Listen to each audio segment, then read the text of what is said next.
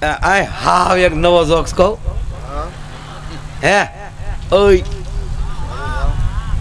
એ ધારાસભ્ય હાવ નવો જોક્સ કહું તમને ગમે એવો આમાં ઓલાને નહીં ગમે કમળવાળાને નહીં ગમે અરે આપણે તો કમળ ભાજપ એવું કાંઈ હોય નહીં પણ એક મચ્છર અને મચ્છર એવો નવા નવા લગ્ન કરેલા મચ્છર ને મચ્છર એટલે લગ્ન કર્યા એટલે બહુ હોય જ પાછું એ નક્કી રાખી મચ્છરી મચ્છર ને દાદા વાહ વાહ તમે પણ દાદા ભોળાનાથે આ બે એરું બાંધ્યા હો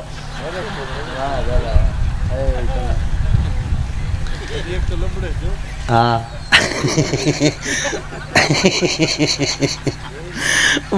ભોળાનાથ મને બહુ એટલે તમે આમ શિવ પુરાણ તો અહીંયા અમારે ભોળાનાથના પૂજારી બેઠા સોમનાથ મહાદેવનો હે અરવિંદ બાપુ પારથી હા કેટલાય ગામના સરપંચો બેઠા આવો સાલ આવો લાવો લ્યો સારું જો ટાઈમ ટુ ટાઈમ આવી ગયા બાપુ મારો કોઈ ગામમાં એવો પ્રોગ્રામ નહીં હોય કે સા વગીરનો મારો રાઉન્ડમાં સા નો આવી હોય કોને ખબર સાનું મેં હું બગાડ્યું હોય હું આવું એટલે ચા આવે હા પીવો પીવો તમે પીવો અને મારે આમાં સાનું બંધાણવી ગયું બાપુ મારા વારામાં ચા આવે એટલે હું બોલતો આ બધા પી લે પેટ ભરા અને પછી હું મને ચા પીવાની ઈચ્છા થાય ને વાહે રહોડે જાઉં તો દૂધ ફાટી ગયું અમારી વખતે જ ફાટ્યું બધું પીવો પીવો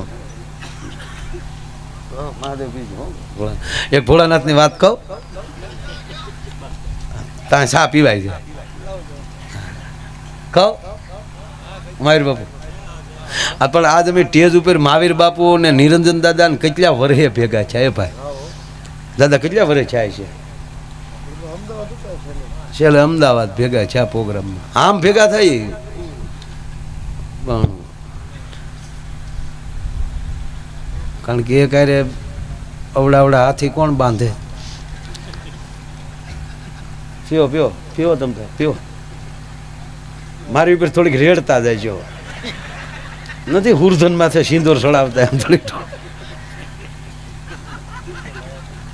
ના ના મારો બાપ તો આનંદ કરાવીને એટલે એ બાને સા પીવાઈ જાય વિરામ ન પડે એમ આ માગ્યા બળગે ખોટું હાથી છોડવું મને જ નહીં ગયો ને આ મારા વારામાં ચા લઈને આવે ને તો હોય સારા સેવાભાવી મેં કીધું ને જે સેવા કરવી સોમ સેવા સેવકોને તાળીઓથી પહેલાં પણ મારા વારામાં જે ચા લઈને આવતા હોય ને એ મને કેવું લાગે કહું જાણે હામેલી રાણોજી આવી આવતા ને હું જાણે મીરાબાઈ હો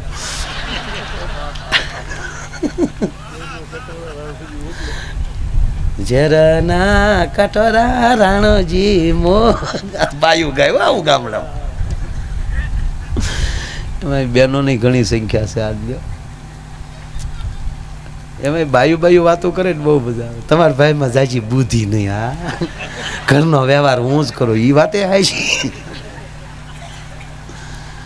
બહુ સારું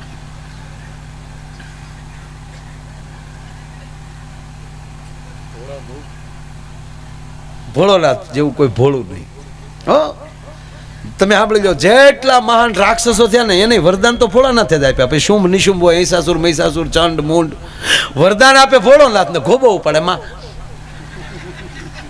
આ બધાનું સહાર પછી પાર્વતી એ પછી ચામુંડા બની જાય કાલિકા બની જાય હા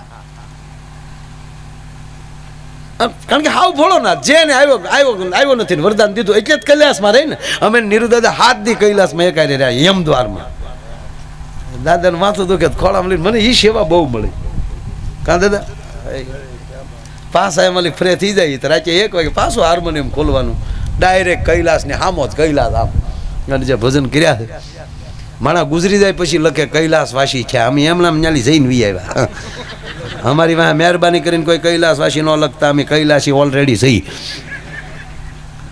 મેં બાપુને બધાને કીધું હતું હું આ મુસ્લિમ ભાઈઓ હજ પઢી આવે પછી એને હાજી કહે તો મેં કીધું આ કૈલાસ જી આવે અને કૈલાસી કહેવા દો અટક કરી નાખવી જોઈએ કૈલાસી સ્વદેહે જઈને આવવું તો વચમાં સ્વર્ગ આવે ભાઈ ને ઘણું આવે ભાઈ હવે મારો પ્રોગ્રામ ચાલુ છે મૂળ વાંધો નહીં ને હા પીવો સા પીવો પેટ ભરાવો પીવો ના પીવો સરપંચ પીવો ના પીવો અને આપણે ધારાસભ્ય એવા મળ્યા છે એકે વ્યસન જ નથી, નકર ધારાસભ્યને એકે વ્યસન બાકી જ ન હોય. હાવ હોજા ધારાસભ્ય, હાવ કાંઈ વ્યસન જ નહીં. હા, સાળો ન કરાય એ વ્યસન, અને વતાવાય નહીં. એટલે નકર એક ધારાસભ્ય ગાંધીનગર ગયા તો કોકે પૂછ્યું ઇંગ્લિશ ફાવે તા કે સારું હોય તો દેશી ફાવે. એટલે ઓલા ભાષાનું કહે ને આ પીવાનું સમજે, આ ચાય ન પીવે.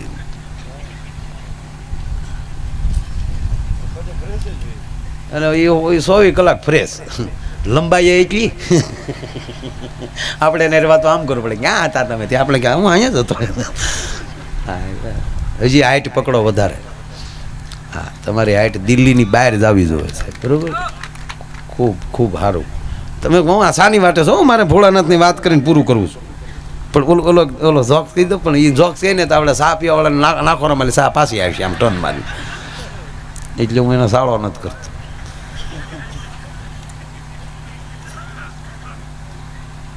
દાદા દિવસે આવવા જેવું છે આજ પણ મારે કેવું છું કહું તમને, મારે એમ હતું કે મોડું થાય તે હે રોજના 2-3 લાખ થાય ભાઈ, કેમ રોકાવું?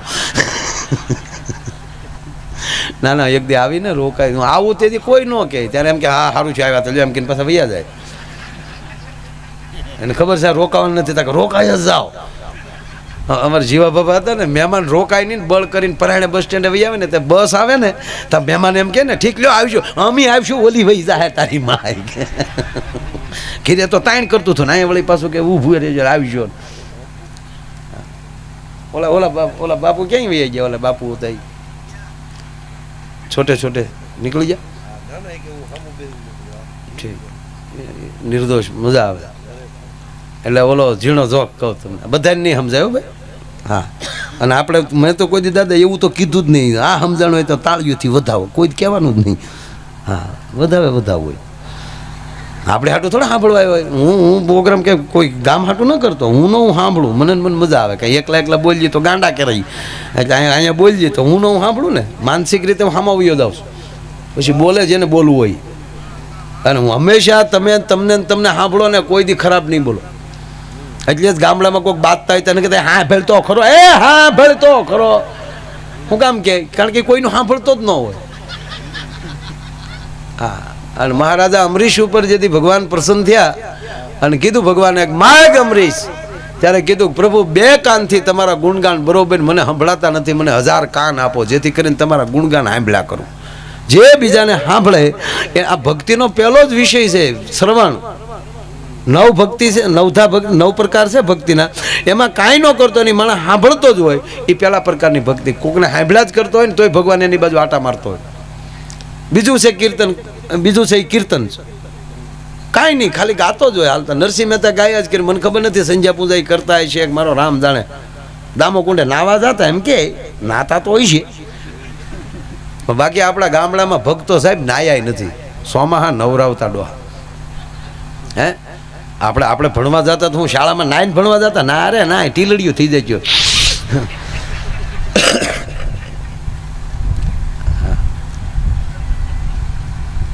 એટલે મચ્છર અને ઓલી મચ્છરી નવા તાજા લગ્ન થયેલા. હનુમાન ગાળે પગે લાગી ગયા, વેલા લટોરિયા દાદા પગે લાગ્યા, ગીરમાં એમણા આટા મારતા હતા. અને પછી તાજા લગ્ન હોય ને એ થોડો બહુ થતો હોય. હા, કેમ છે ને આમને કાંઈ, હા બાની તો કે એવું કંઈ ન ધીર્યા કરાય કાને. અમારે એક હતો ને મથુર, તે હવે તો લગ્નમાં કબાટ આવે ને, ઊભા કબાટ, એમાં વળી ઊભો અરીસો હોય, તે એ વળી એનો કબાટ ની દાચ્યાનો આમ લઈને આમ પટિયા પાડતો બોલ્યો એની બાને, બાક હા વો હામો ટેક નહીં કોઈ કરવાનો. હા, એને બાપા સાંભળી ગયા, કીધું મથુર ગાડું જડતો બેટા. કેમ બાપા? વાડીએ જાવું.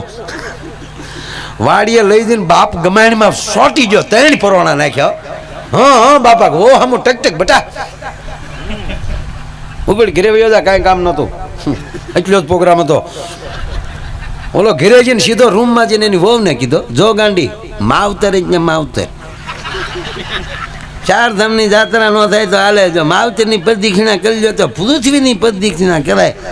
ગણપતિ મહારાજ ગણેશ ને દે હું બોલેલા ગણ્યાન આવી ગયો પહેણ તો કે કોઈ દી જો ગાંડી મારી હામું તારે વડકું કરી લેવું, પણ બા હામું કદી વડકું નહીં કરવાનું. બાપા હામું તો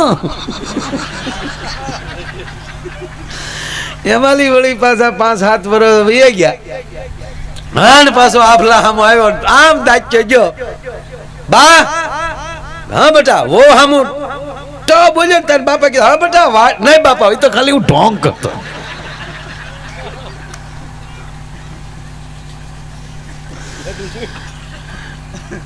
ગાડાનું નામ લે તો આટા આવી જાય. એટલે આપણા તાજા પરણેલા ભાઈ, એટલે 2 જણા આ હરખ કરતો હતો મચ્છર એની પત્નીને, બોલ ગાંડી છું તારા માટે, તું કહેતો મર્સિડીઝમાં બેસાડીને જર્મનની સફર કરાવું. તેની વહુ કે એ સાના મના હોય જાવ ને, કાંઈ ન સફર કરવી. મસરી બોલી, અરે હોય ગાંડી તું કહેતી હોય તો હેલિકોપ્ટરમાં સફર કરાવું. હવે સાના મના હોય જાવ ને ભાઈ, હેલિકોપ્ટર ને કહેતા. અરે હોય ગાંડી તું કહેતી હોય તો પ્લેનમાં બેસાડું. સાના મના હોય જાવ ને ભાઈ. અરે ગાંડી કે તો હવામણ હોનાથી ઢાંકી દઉં. હવે મૂંગા મરો ની તમને 10 વાર કીધું, મોદી સાહેબ ને કરડીને કોઈ દી ઘીરે ન આવું.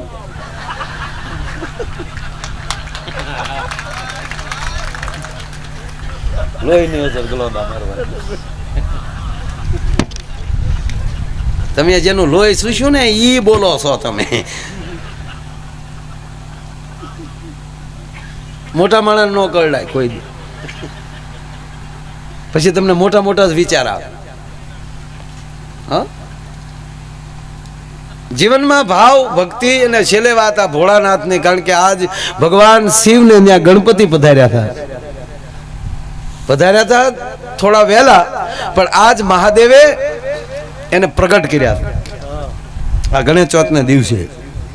એટલે ગણેશ ચોથ છે, ઓલી ભાદરવાની નથી. ભાદરવાની તો આપણે એ ઓલા સાહેબ આપણે કોણ ઓલા મહારાષ્ટ્રના હતા બાપુ, ઓલા દાદા ઓલા ગણેશ ઉત્સવ કર્યો એ ઓલા શું નામ એ દાદાનું નામ, સ્વતંત્ર સેનાના ઓલા શું આઝાદીની સળવળમાં જોડાયેલા.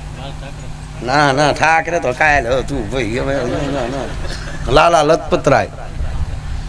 હા, એણે કારણ કે ચોમાસામાં બધા માણસો ઘરે હોય, દરિયા કામે ન ગયા હોય, એટલે અંગ્રેજો પેલા ભેગા ન થવા દેતા, એટલે એ સમયમાં એણે આ ગણેશ ચોથના 4 ઉત્સવ 4 કે 9 દિવસના ઉત્સવ ત્યારે ઉજવા. એ ઓલરેડી સાચી ગણેશ ચોથ આ છે. હા, આ તમને ચોખવટ કરી દો. આપણે અત્યારે ગામો ગામ મંડાણા છે, એટલે મંડાવું કરો સારું, પણ પછી પાછા 9 દી રાખવાના, દરિયામાં નાખ્યાવાના, નદીમાં નાખ્યાવાના, એની કરતાં ઘરે એમણે ભજન કરો ને ભાઈ. ઘરે છોકરાઓને એક ગીતાજીનો શ્લોક શીખવાડો, રામાયણની સોપાઈ શીખવાડો, એકાદો મંત્ર શીખવાડો. હું આ મુસલમાન ભાઈઓને ધન્યવાદ આપું છું. એનો છોકરો 10માં ફેલ થાય તો એને પહોંચ છે, પણ 10મા ધોરણના છોકરાને કુરાનની આયાતું ન આવડતું હોય તેનું પહોંચ નથી.